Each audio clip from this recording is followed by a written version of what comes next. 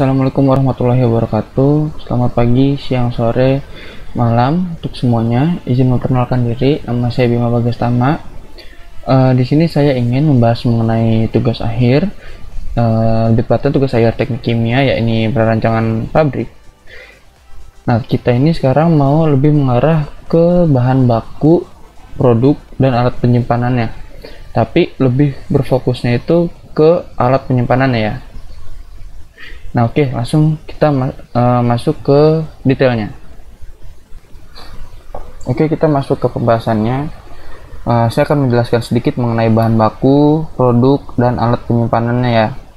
Jadi ini, kalau gambaran suatu alat industri itu pasti kan kita pakai namanya suatu zat itu ya, entah itu padat, cair, dan gas itu. Nah, buat ngeproses si zat tersebut, si fase itu tersebut, nah itu tuh kita butuh peralatan. Nah, biasanya tuh kalau untuk menyimpan ini tuh kita pasti butuh namanya alat penyimpanan, ya kan? Nah, alat penyimpanan itu dibagi jadi dua, ada yang di luar dan ada yang di dalam. Nah, kalau yang di luar itu tuh syarat buat penyimpanannya itu si bahan baku atau enggak produknya itu harus paling tidak rusak karena panas atau hujan. Terus bisa dibilang dia itu cuman membutuhkan perlindungan yang sedikit dan membutuhkan biaya yang cenderung murah. Nah, kalau yang di dalam itu pasti bahannya itu yang lebih sensitif dibandingkan yang taruh di luar. Nah, penyimpanan bahan ini dia dimaksudkan untuk menyimpan bahan yang masih permulaan ya, atau awalan gitu, awalan proses. Nah, terus itu dia atau enggak yang setengah jadi, atau enggak yang akhir produk. Jadi dari ketiga tadi tuh, antara yang permulaan, setengah jadi, atau produk tuh pasti ada buat nyimpennya, entah itu sementara atau bagaimana. Yang jelas semua itu pasti sementara, enggak kayak ini kita naruh di sini terus aja. Pasti ada maksimalnya, kayak ada alat apa, penyimpanan apa, cuman disimpan si barangnya itu, si bahannya itu cuman 1 hari atau seminggu gitu, atau mungkin bisa sampai 30 hari gitu. Nah, kita lihat nih TA yang saya bahas itu apa. Nah, TA yang dibahas itu saya dapat dari Universitas Lambung Mangkurat ya. Ini tuh TA-nya dibuat oleh Teh Novelia Ananda Fitrila dan Teh Widya Ayu Rahmadiani. Nah, judulnya itu judul TA-nya perancangan pabrik asam asetil salisilat atau aspirin dengan proses sintesis asam salisilat, asetat anhidrat, dan kalsium oksida sebagai reaction accelerator dan acid neutralizing agent. Kapasitasnya 2000 ton per tahun. Nah, jadi karena kita sekarang membahasnya bahan baku, terus produk dan alat penyimpanannya. Nah, ini tuh di tugas akhirnya bahan baku yang dipakai itu tuh tadi asetat anhidrat dengan fasenya itu cair. Terus bahan baku selanjutnya asam salisilat itu fasenya padat, dan kalsium oksida yang fasenya itu padat. Sedangkan produk dari hasil penyelesaiannya itu memperoleh asam asetil salisilat atau aspirin yang berbentuk padat dan kalsium asetat yang bentuknya padat. Nih, kita lihat nih ya. Apa namanya tadi? Bahan baku.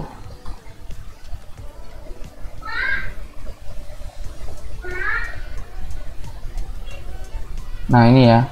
Ini spesifikasinya nih. Bahan bakunya ada asetat anhidrat. Dia fasenya cair. Terus tadi ada asam salisilat, dia itu fasenya padat. Terus ada tadi satu lagi kalsium oksida. Nah, itu bentuknya padat. Sedangkan produknya ada asam asetil salisilat atau aspirin, minyak padat, dan kalsium asetat yang fasenya itu padat. Terus yang dipakai di TA ini apa sih? Maksudnya yang bahan baku nanti disimpannya apa? Produknya itu apa? Nah, sekarang kita masuk ke alat penyimpanan.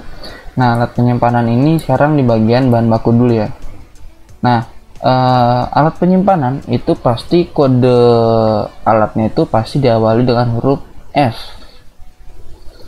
Nah, sekarang bahan bakunya itu dia yang pertama ada gudang penyimpanan produk. Nah, itu F110. Dia itu buat naro ini asam salisilat. Nah, dia itu bentuknya itu persegi panjang dengan atap 5 segitiga dengan bahan konstruksinya itu beton. Berarti ini tuh dia ada di dalam ruangan, nggak ditaruh di luar kayak ngemper kena tanah gitu. Terus di sini ada namanya hopper salisilat.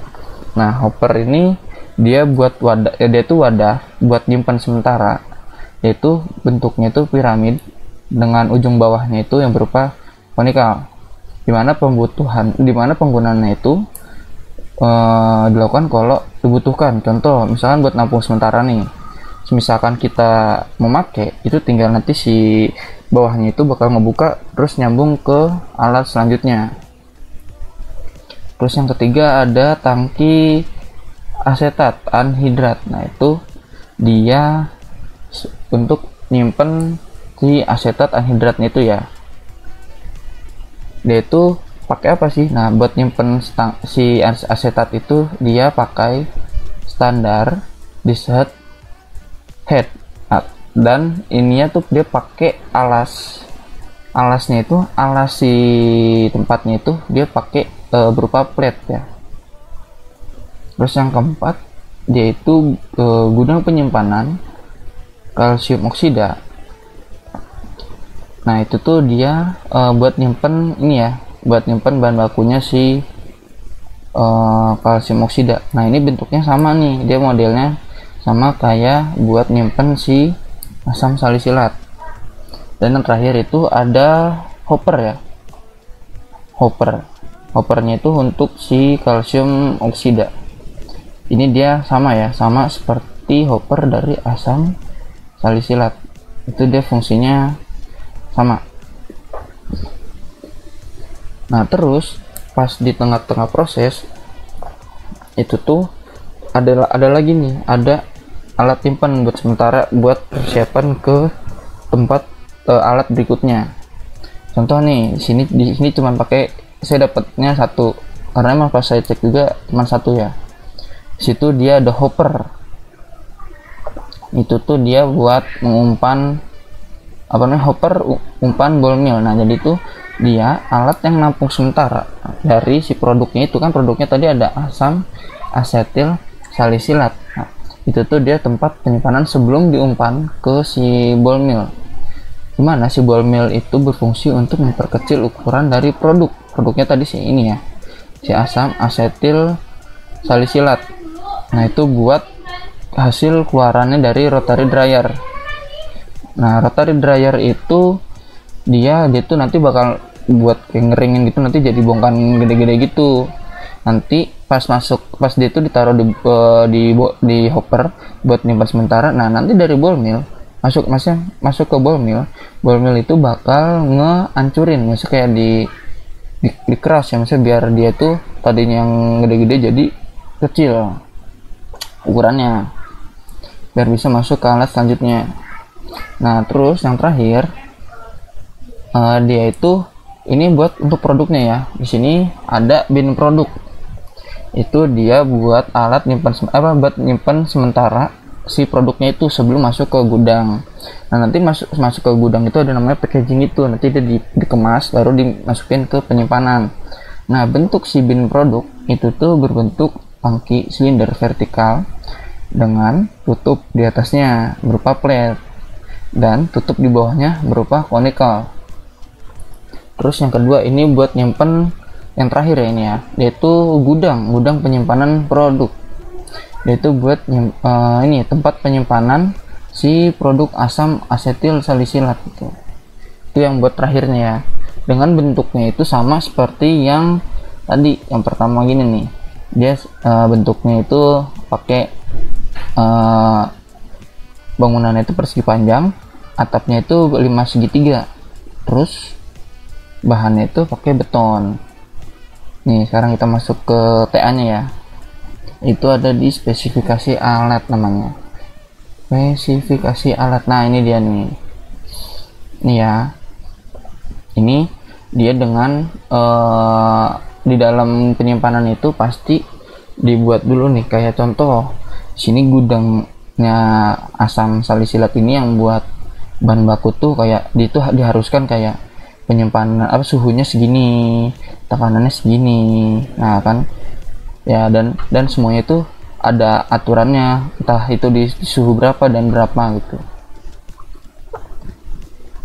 Nah sekarang kita lihat nih di di flowsheet nih ya, diagramnya itu ada di akhir. Sebentar.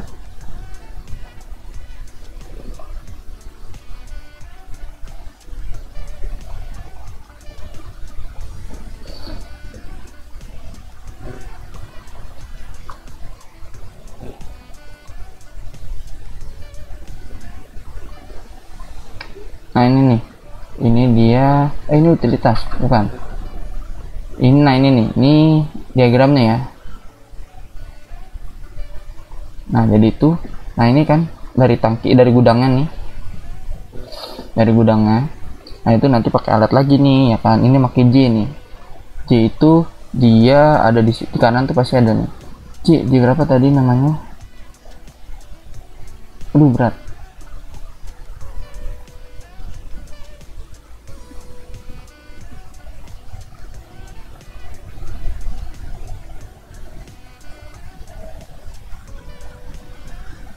Ini J111 ya, J111 pakai mana itu. Nah ini nih, dia buat mindahinnya pakai ini ya, heating conveyor gitu kan. Nah ini sebenarnya udah benar ya kan, dari awal, dari taruh di gudang dia ada spesifikasi gitu-gitunya. Dia si pemilik ini memperhatikan apa-apanya gitu, serta suhunya dan lain-lain, dan pengangkutannya juga sama gitu, gimana caranya dari gudang pindah ya kan, terus masuk ke lain-lain, masuk ke alat selanjutnya. Ini dari sini ya kan, ini F120 apa ini, F120, oh ini asetat anhidrat. Asetat anhidrat itu tadi buat apa, nah ini cair nih, dia cair ya pastinya ya. Kalau cair itu biasanya buat mindahin itu pasti dipakai, perlu namanya pompa, misalnya kayak biar kedorong gitu, tarik pompa. Ini apa ini di sini, dia itu L121, kita lihat L121. Nah iya bener nih, dia pakai pompa, berarti ini sudah benar, dari perpindahannya juga sudah benar. Kita lihat dari sini untuk nyimpan produknya F360, itu yang buat tadi buat taruh si produknya ya. Itu dia pakai apa nih, ini kan P350 mana, oh ini. Nah kan tadi sih bener kan packaging unit, jadi setelah dia dari tadi ball mill gitu-gitu, dia nanti masuk ke pengemasan sebelum nantinya dipindahkan ke apa namanya, sebelum nanti dipindahkan ke gudang. Nah ini ada storage lagi nih. Ini sudah benar secara kaidah, dari cara dia mempertimbangkan apa yang diperlukan, seperti tadi suhu di gudang tuh, suhu, terus ada tekanan dan lain-lain, terus cara dia masuk ke alat selanjutnya nih, tadi pakai pompa, ini pakai conveyor. Nah ini nih J itu, oh ini sama nih J, ini juga buat mindahin juga nih, sama-sama kan. Kita lihat J131, J131 mana? J131 131 betul.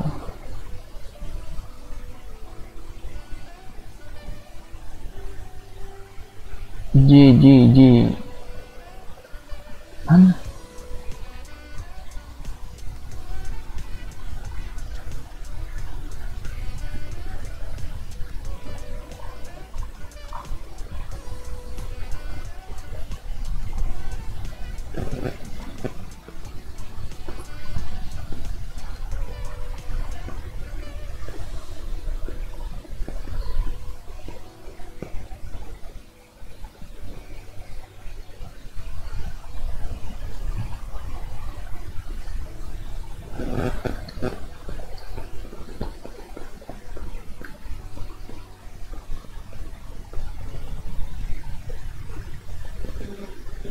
Oh ini J131 ya, ini dia. J131 itu belt conveyor. Nah ya bener. Cuman di sini tadi nggak ada kayaknya nih. Di sini nih. Di TA-nya ya, misalnya di flow sheet-nya.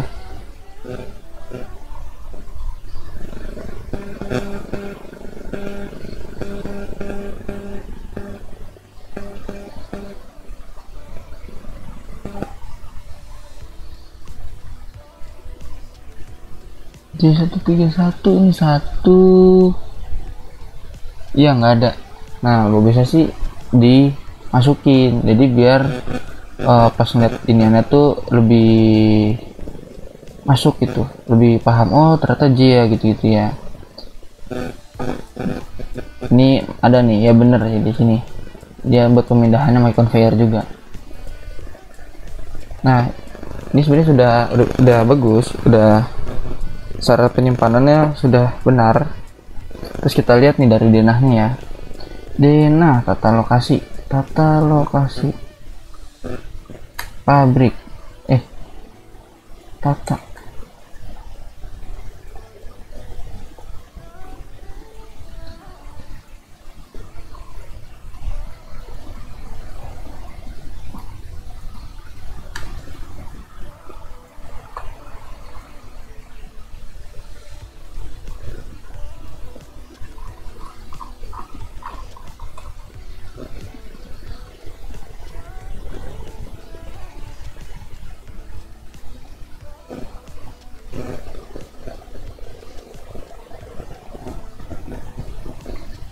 Nah ini nih, kita lihat dari tata letaknya ya. Dari tata letaknya itu, kalau tata letak tuh kita bisa harusnya lebih memilih letak yang strategis ya. Entah itu mudah buat barangnya atau laku di pasarannya. Nah jadi kalau kita lihat dari diagram ininya, dari tata letak pabriknya yang dia buat, bangunannya itu kita bisa tahu nih, si gudang, dia kan gudang-gudang ya, itu ternyata beda tempat dengan si area yang proses-proses tadi gitu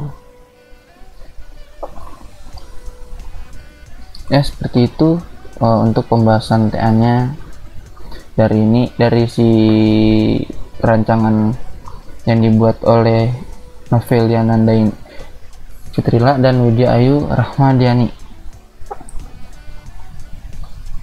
Oke, itu dia pembahasannya. Bisa kita tarik kesimpulan kalau misalkan suatu pabrik itu pasti dia butuh yang namanya alat penyimpanan, karena alat penyimpanan itu penting, entah itu buat naruh bahan baku, produk, dan lain-lain.